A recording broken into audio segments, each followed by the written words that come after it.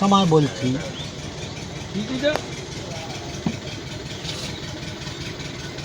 না, চিঠি আমার এখানেও আছে, সেটা ভাববে না। পিছনে দেখবে।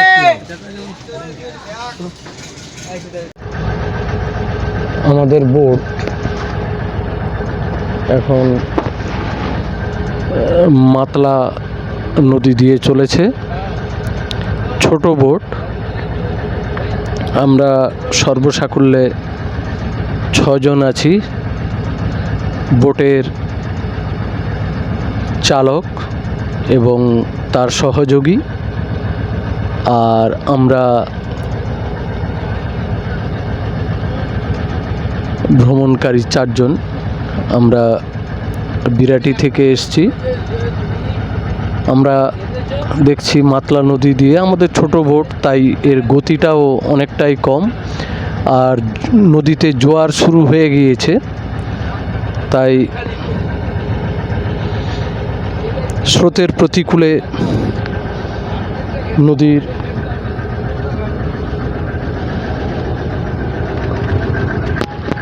গতিটা আরও কম। আমার ডান দিকে জঙ্গল দেখতে পাচ্ছেন, এগুলো সুন্দরবন রিজার্ভ ফরেস্টের অন্তর্গত।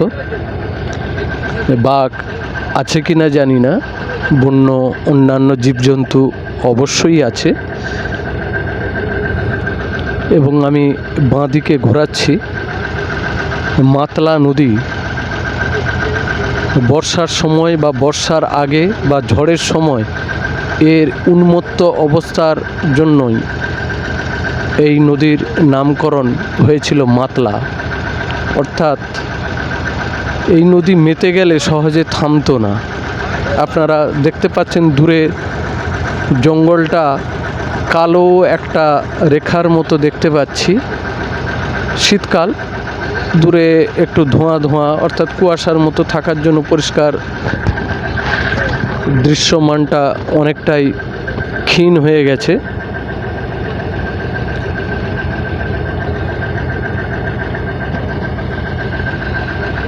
আমরা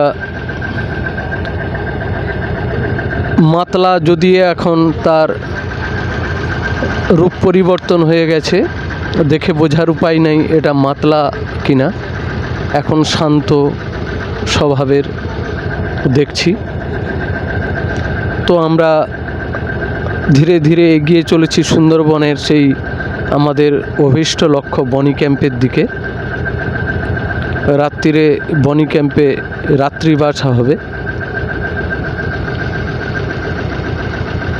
শুধু জল আর জল, চতুর্দিকে জল। তো সে রবীন্দ্রনাথ ঠাকুরের দেবতার গ্রাসের কথা মনে পড়ে যাচ্ছে।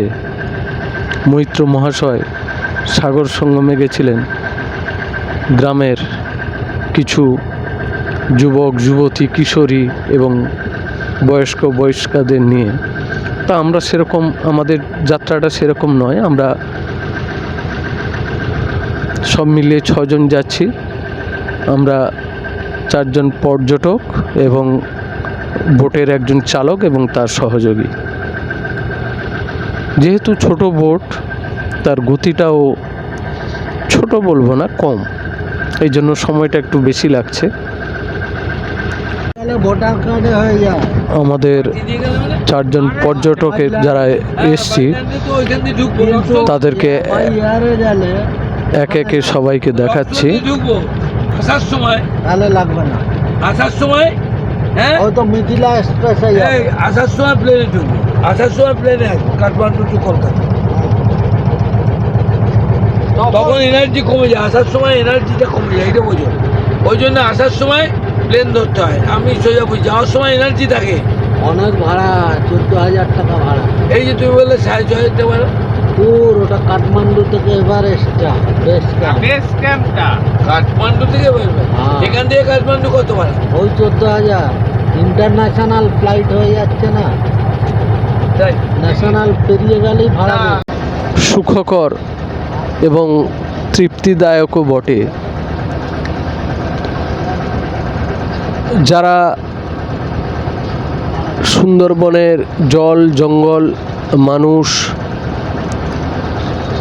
এবং নদী, সাগর যারা এখনও দেখে উঠতে পারেননি বা যারা এখনও পরিকল্পনা করেননি, তাদের কাছে আমাদের বিশেষ করে আমি বলবো আমার বিনীত আবেদন, আপনারা পরিকল্পনা করুন, ঘুরে যান, দেখুন। সত্যি মনের যে পরিবর্তন হবে সেটা আমি হয়তো ভাষায় প্রকাশ করে বোঝাতে পারবো না। আপনারা একবার ঘুরে গেলে নিজেরাই বুঝতে পারবেন পরিবর্তনটা। আমাদের পাশ দিয়ে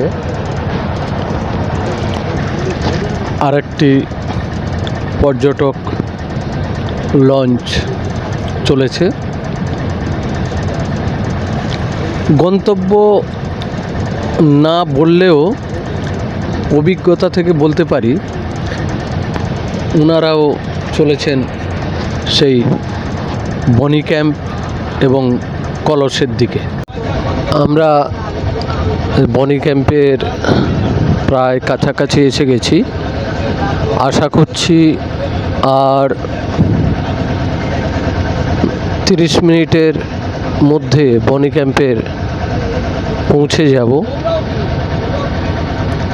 সামনে যে খাঁড়িটি দেখা যাচ্ছে, এই খাঁড়িতে আমরা এখন ঢুকবো।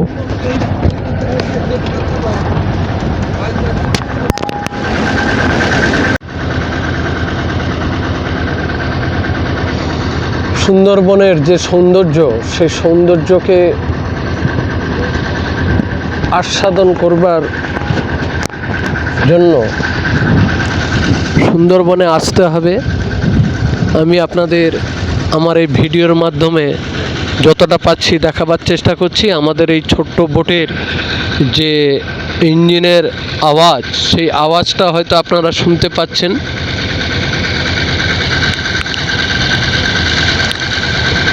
জলস্রোতে এবং ঢেউতে এই যে ভূমিক্ষয়, যারা ছোট ছোট ছেলে মেয়েরা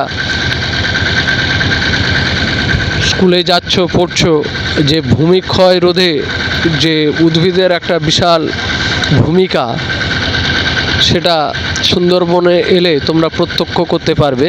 তো যাই হোক, পড়াশোনা তো সারা জীবন ধরেই চলতে থাকে এবং চলবে, তার মধ্যে নাইবা গেলাম।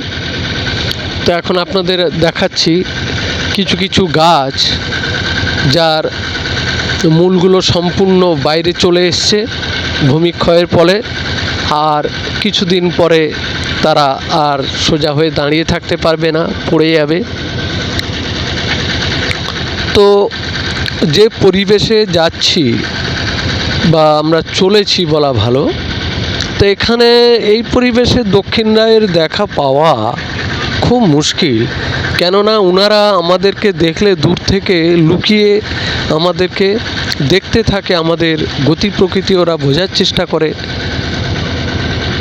তো সুন্দরবনের বিভিন্ন রকমের উদ্ভিদ দেখা যায় এখানে, বানি, গেওয়া, কেওড়া, ধুধুল প্রভৃতি, এবং সুন্দরী গাছ তো আছেই। সুন্দরবন নাম হয়েছে যে গাছের নামকরণে, সেই সুন্দরী গাছ, প্রচুর সুন্দরী গাছ থাকার জন্য এই বিশাল অরণ্য ভূমিকে, এই বিশাল অরণ্য ভূমি বলা ভুল, ম্যানগ্রোভ অরণ্য ভূমির নাম হয়েছে সুন্দরবন, যা পৃথিবীতে সুন্দরবন নামে পরিচিত। এখানে ছোট্ট একটি ঝোড়া দেখতে পাচ্ছেন, ছোট্ট, বেশি বড় নয়, ছোট্ট। বহু উদ্ভিদের মূল বেরিয়ে এসেছে, কোথাও ভূমি ধস নেমেছে, যেটা বলছিলাম, এখানে বকড়া গাছ থাকে এবং হেতাল গাছ। বকড়া এবং হেতাল গাছের পাতা সবুজ, হলুদ, কালো, ধূসর বিভিন্ন রকম তার বয়সের সঙ্গে সঙ্গে হয়ে থাকে।